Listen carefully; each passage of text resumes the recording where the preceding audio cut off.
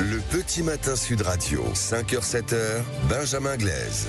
Bah oui, c'est l'heure de se réveiller avec Sud Radio, 6h35. J'espère que vous êtes en pleine forme. En tout cas, la route à suivre. Dans quelques minutes, à 7h, on retrouvera Jean-Jacques Bourdin, son invité politique à 8h30, 9h. Ce sera Manuel Bompard, député des Bouches-du-Rhône, coordinateur de la France Insoumise, qui a décliné la France Insoumise, l'invitation de François Bayrou en vue de construire son gouvernement.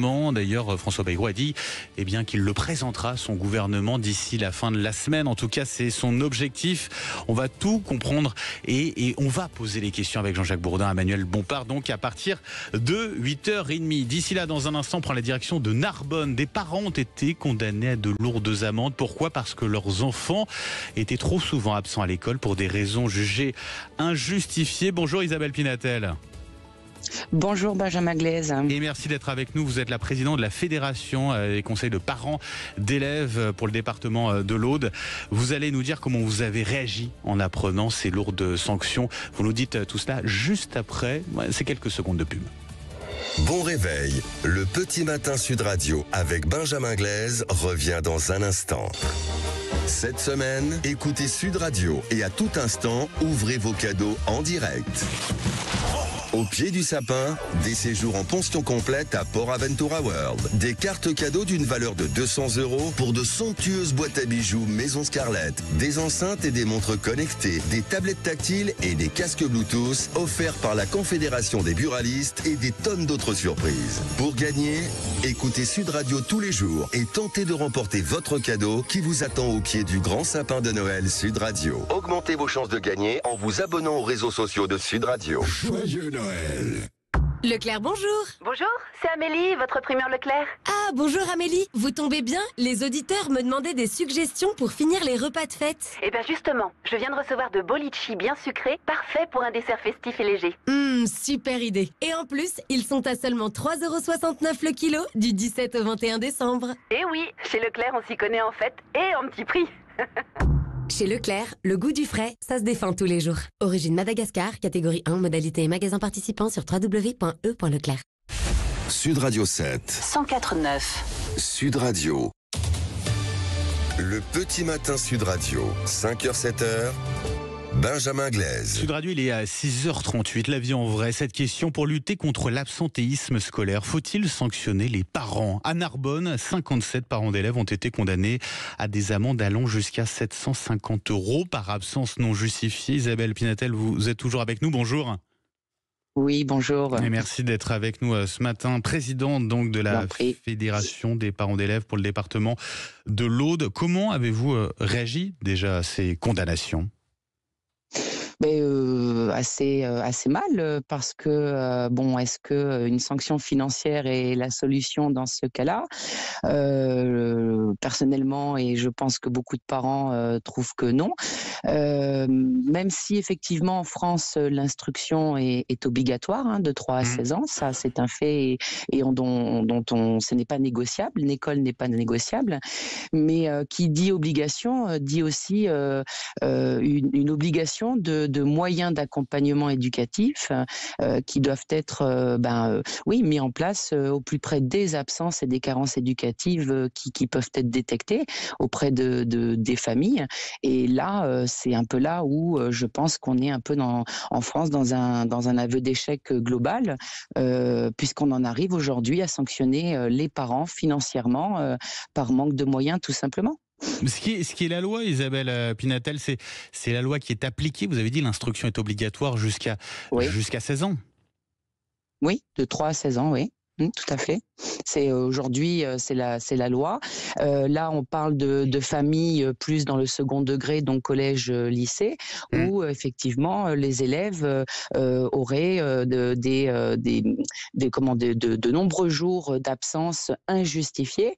Donc là aussi, on peut se poser la question, est-ce que si ces absences étaient justifiées, est-ce que le parquet aurait été saisi ? Moi, c'est la question que je pose et je pense que non.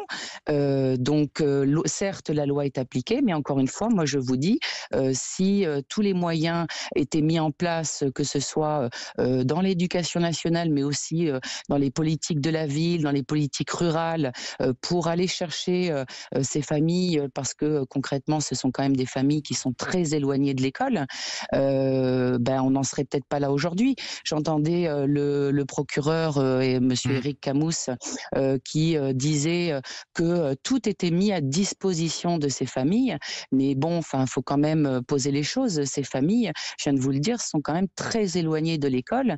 Il a reconnu que c'était aussi des familles qui étaient dans une situation de très grande précarité, en très grande souffrance.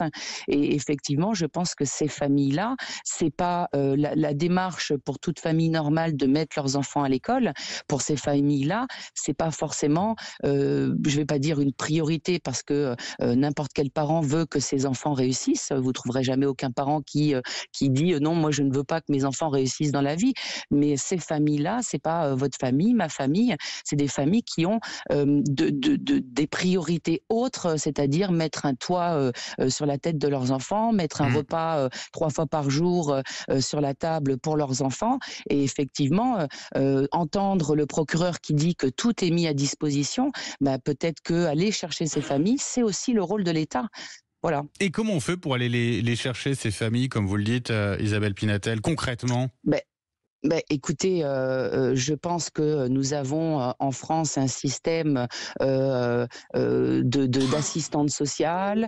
Nous avons un système, par exemple, de protection judiciaire de la jeunesse, qui d'ailleurs a subi des coupes budgétaires dernièrement. On a tout un système en France. Dans les quartiers défavorisés, on a aussi des associations au plus près des familles. C'est toutes ces structures-là qui doivent aussi aller chercher ces familles, avoir un dialogue avec elles pour leur expliquer. Voilà, être parent, ça s'apprend aussi. Et pour ces familles-là, encore une fois, c'est pas nos familles, c'est pas des familles où tout va bien, où ils ont un travail. C'est pas forcément quelque chose d'inné. Être parent, ça s'apprend aussi. Et là, on est très concrètement dans ces situations-là. Ce sont des familles très très précaires. Mais pas que, peut-être, Isabelle Pinatel, parce que non. Oui, je lisais parmi les raisons invoquées par certains des parents qui ont été condamnés à Narbonne, certains parlent de phobie scolaire, d'hyperactivité de leur enfant. On est sur autre chose là.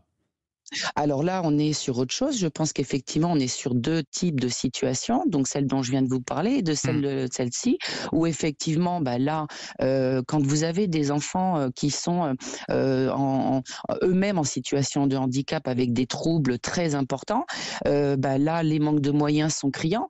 Le procureur parlait effectivement de structures comme les IME, les ITEP, les CESAD, les ULIS, mais là, les moyens ne sont pas à la hauteur du nombre d'enfants qui devraient en bénéficier en France. Vous savez, Monsieur Glaise, quel est le délai d'attente pour un IME? C'est entre 2 ans et 2 ans et demi d'attente. On en fait quoi de nos enfants pendant ces 2 ans et demi? En Ulysse, on retrouve, il n'y a pas assez de place. Donc, les enfants qui sont censés être en IME vont être mis dans les dispositifs Ulysse. Et les dispositifs Ulysse sont remis en milieu ordinaire. On peut aussi imaginer un enfant avec de très grands troubles se retrouver en classe ordinaire avec aucune aide humaine, aucun moyen mis en place malgré toute la bonne volonté des enseignants et du corps enseignant qui fait un travail extraordinaire, mais passer de 8h à 17h livré à lui-même sans accompagnement adapté, bien sûr que ça déclenche des phobies scolaires, bien sûr que ça déclenche des troubles, et c'est comme ça qu'on retrouve des élèves en conseil de discipline, etc. C'est la raison de l'augmentation de l'absentéisme à l'école. Je voyais durant l'année 2022-2023, on est passé de moins de 4% à près de 11% d'absentéisme dans le second degré. On a aussi cette augmentation. Comment on l'explique ça ? Mais c'est pas une raison, c'est plusieurs raisons. C'est aujourd'hui, les moyens pour les enfants donc qui ont besoin de moyens adaptés ne sont pas à la hauteur. Il y a effectivement un manque de suivi. Vous voyez, vous avez quand même dans les établissements des infirmières, des assistantes sociales. Là aussi, vous écoutez les témoignages, elles ont en charge, je dis elles parce que c'est essentiellement des femmes, mais elles ont en charge entre 1000 et 1500 enfants. On fait comment pour s'occuper des enfants en très grande difficulté quand on a autant d'élèves à s'occuper? Voilà, donc moi, je veux bien qu'on poursuive des familles pour manquement à l'obligation scolaire, mais moi, j'ai envie de demander à l'État, est-ce qu'il va s'auto-poursuivre pour manquement de moyens pour mettre en place cette obligation scolaire? Responsabilité également de l'État, c'est ce que vous nous dites. Hein. Mais tout à fait, Isabelle la responsabilité Pinatel. des parents, mais aussi de l'État. Voilà, c'est tout un ensemble. Merci d'avoir été avec nous ce matin sur Sud Radio, Isabelle Pinatel, donc présidente de la Fédération des parents d'élèves pour le département de l'Aude, avec donc ces 57 parents d'élèves condamnés à des amendes jusqu'à 750 € par absence non justifiée de leur enfant. Merci à vous et très bonne journée.